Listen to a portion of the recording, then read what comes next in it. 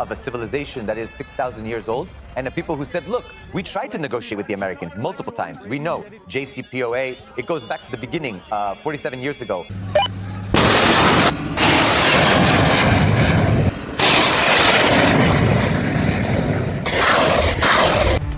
በቁጥጥር ስር የዋሉት ከአርቲስት ቴዲ አፍሮ ጋር የቅርብ ግንኙነት ያላቸው ሰዎች ቁጥር 7 መድረሱ ተሰምቷል። የመካከለኛው ምስራቅ ፍጥጫ ዛሬም ቀጥሏል። ኢራን ላቀረበችው የሰላም እቅድ ከአሜሪካ ምላሽ ማግኘቷን የአገሪቱ ብሔራዊ መገናኛ ብዙሃን ዘግቧል። እንዲሁም ኢራን ወደ ሆርሙዝ ሰርጥ ለመግባት የሞከሩ የአሜሪካ የጦር መርከቦችን በሚሳኤል መምታቷን ስትናገር አሜሪካ ደግሞ ሁለት የጦር መርከቦቿ ሆርሙዝን አልፈው ፋርስ ባህረ ሰላጤ ላይ እየተንቀሳቀሱ መሆኑን ገልጻለች። እነዚህንና ሌሎች በዕለቱ የተሰሙ የተመራረጡ መረጃዎችን ይዘናል። እስከ ፍጻሜው አብራችሁን ቆዩ።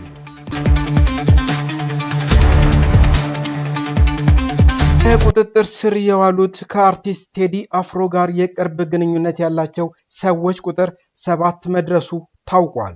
ከአርቲስት ቴዎድሮስ ካሳሁን ወይም ቴዲ አፍሮ ጋር የቅርብ ግንኙነት ያላቸው 7 ሰዎች በቁጥጥር ስር መዋላቸውን ዶይቼ ቬለ ዘግቧል።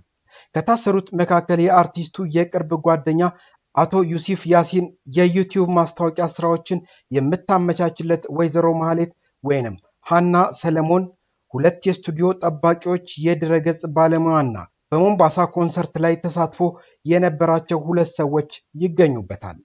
እስካሁን ፍርድ ቤት የቀረቡት አቶ ዩሱፍና ወይዘሮ ማህሌት ብቻ ሲሆኑ ፖሊስ የ14 ቀን የምርመራ ጊዜ ቀጠሮ ጠይቆባቸዋል። የፌዴራል ፖሊስ በበኩሉ ጉዳዩ በፍርድ ቤት የተያዘ በመሆኑ መረጃ ለመስጠት እንደማይችል መግለጹን ዘገባው ጠቁሟል።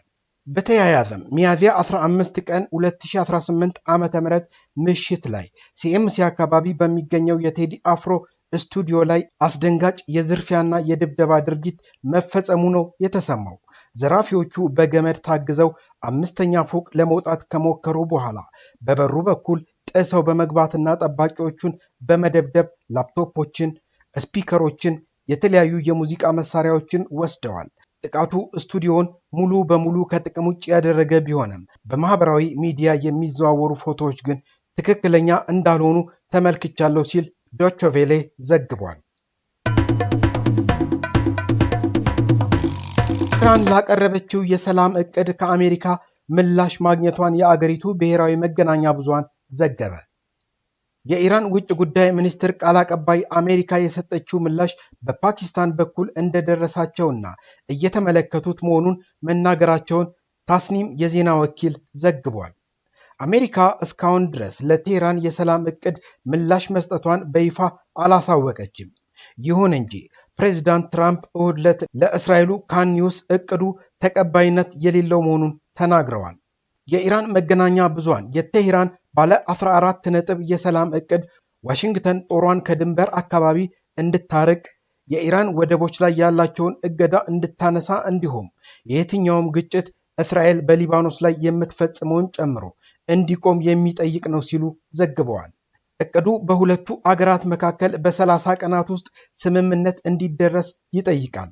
የኢራን መገናኛ ብዙሃን አክለውም የሰላሙ እቅድ ሁለቱም ተፋላሚ ወገኖች አሁን ያለውን የተኩስ አቁም ከማራዘም ይልቅ ጦርነቱን በማስቆም ላይ ትኩረት እንዲያደርጉ ጠይቀዋል። መገናኛ ብዙሃኑ የኢራን ውጭ ጉዳይ ሚኒስትር ቃል አቀባይ ኢስማኤል ባጋይን ጠቅሰው አሁን ባለው ደረጃ ስለ ኒውክሌር ድርድር የለም ማለታቸውን ዘግበዋል። ኢራን በተደጋጋሚ የኒውክሌር ፕሮግራሟ ለሰላማዊ ዓላማ ብቻ የሚውል መሆኑን ትናገራለች። ነገር ግን ኢራን የኒውክሌር ጦር መሳሪያ ባይኖራትም ዩራኒየምን የጦር መሳሪያ ለማምረት በሚያስችል ደረጃ ያበለጸገች ብቸኛ አገር ናት ይላል ዘገባው። ከዚሁ ከመካከለኛው ምስራቅ ግጭት ወሬ ሳንወጣ ኢራን ወደ ሆርሙዝ ሰርጥ ለመግባት የሞከሩ የአሜሪካ የጦር መርከቦችን በሚሳኤል መትቻለሁ ስትል ገልጻለች። አሜሪካ ደግሞ በሌላ በኩል መርከቦቿ ሆርሙዝ ሰርጥን አልፈው ባህረ ሰላጤ ላይ እየተንቀሳቀሱ ነው ስትል ትገልጻለች። የትኛው ተአማኒነትን ያገኛል? ወደ መረጃው እንለፍ። ኢራን ያስተላለፈችውን ማስጠንቀቂያ በመተላለፍ ወደ ሆርሙዝ ሰርጥ ለመግባት የሞከሩ የአሜሪካ የጦር መርከቦችን በሚሳኤል መምታቷ ተነግሯል። የአሜሪካ ፕሬዝዳንት የሆኑት ዶናልድ ትራምፕ የአገሪቱ ባህር ኃይል በሰርጡ መተላለፊያ አጥተው የቆሙ መርከቦችን አጅቦ ለማስወጣት ዘመቻ እንደሚጀምር ገልጸው ነበር። ለዚህ ዘመቻ 15000 ወታደሮች ከምድርና ከባህር የሚነሱ ከ100 በላይ የጦር አውሮፕላኖች እንዲሁም የጦር መርከቦችና ድሮኖች ዝግጁ መሆናቸውን የአሜሪካ ጦር አስታውቋል። የኢራን አብዮታዊ ዘብ በበኩሉ የአሜሪካ ባህር ኃይል ወደ ሆርሙዝ ሰርጥ ለመግባት የሚሞክር ከሆነ ጥቃት እንደሚፈጸምበት አስጠንቅቋል። ይህንን የቴህራን ማስጠንቀቂያ ችላ በማለት በሰርጡ ለማለፍ በሞከሩ የአሜሪካ የጦር መርከቦች ላይ 2 የሚሳኤል ጥቃት መፈጸሙን የኢራን መገናኛ ብዙሃንን ጠቅሶ ሮይተርስ ዘግቧል። ጥቃቱን ተከትሎ የጦር መርከቦቹ ወደ ሰርጡ ያደርጉት የነበረውን ጉዞ መገታት የተገለጸ ሲሆን የአሜሪካ ጦር በበኩሉ በጦር መርከቦቻችን ላይ የተፈጸመ ጥቃት የለም በማለት አስተባብሏል። የአሜሪካ ጦር ሚሳኤል የታጠቁ 2 የባህር ኃይል አውዳሚ የጦር መርከቦች ኢራን እገዳ በጣለችበት ሆርሙዝ ወሽመጥ አልፈው በፋርስ ባህረ ሰላጤ ላይ እየተንቀሳቀሱ መሆኑን አስታውቋል።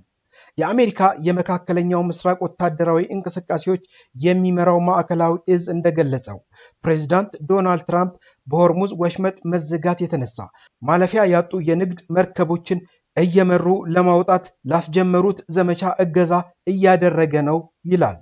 ማዕከላዊ እዙ የአሜሪካን ሰንደቅ ዓላማ የሚያውለበልቡ 2 የንግድ መርከቦች በተሳካ ሁኔታ በሆርሙዝ ወሽመጥ በኩል ማለፋቸውንም ገልጿል። በተሳካ ሁኔታ ወሽመጡን አልፈዋል የተባሉትን መርከቦች ስም ግን አልጠቀሰም። ማዕከላዊ እዙ አክሎም የአሜሪካ ኃይሎች የንግድ መርከቦችን ጉዞ ለመመለስ የሚያደርገውን ጥረት በንቃት እያገዙ ነው ብሏል። የአሜሪካ ጦር ይህንን ያለው ኢራን ወደ ሆርሙዝ ወሽመጥ ለመግባት የሞከረ የአሜሪካ አውዳሚ የጦር መርከብ ላይ ጥቃት ፈጽሜያለሁ ካለች በኋላ ነው። የትኛው መረጃ ተአማኒነት ያገኘውን? ከዚሁ ጋር በተያያዘ ማዕከላዊ እዙ ባወጣው መግለጫ ተፈጽሟል የተባለውን ጥቃት አስተባብሏል። አንድም የአሜሪካ መርከብ አልተመታም ያለው ማዕከላዊ እዙ የአሜሪካ ኃይሎች ዘመቻውን እየደገፉና በኢራን ወደቦች ላይ የተጣለውን የጉዞ እገዳ እያስፈጸሙ መሆኑን ገልጸዋል ሲል ቢቢሲ አስነብቧል።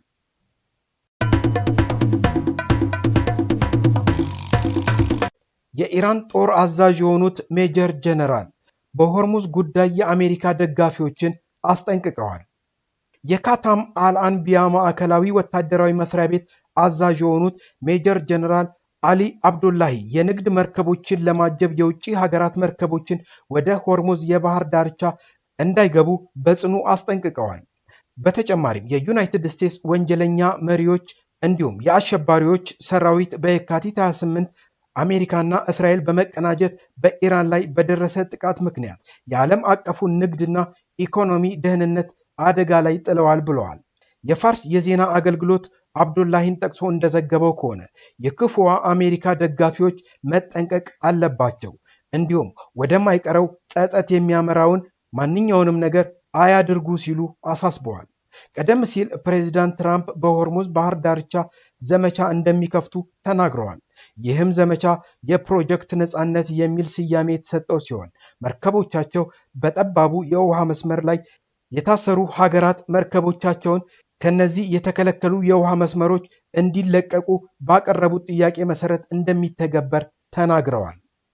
I saw a people of dignity, a people of a civilization that is 6,000 years old, and a people who said, look, we tried to negotiate with the Americans multiple times. We know JCPOA, it goes...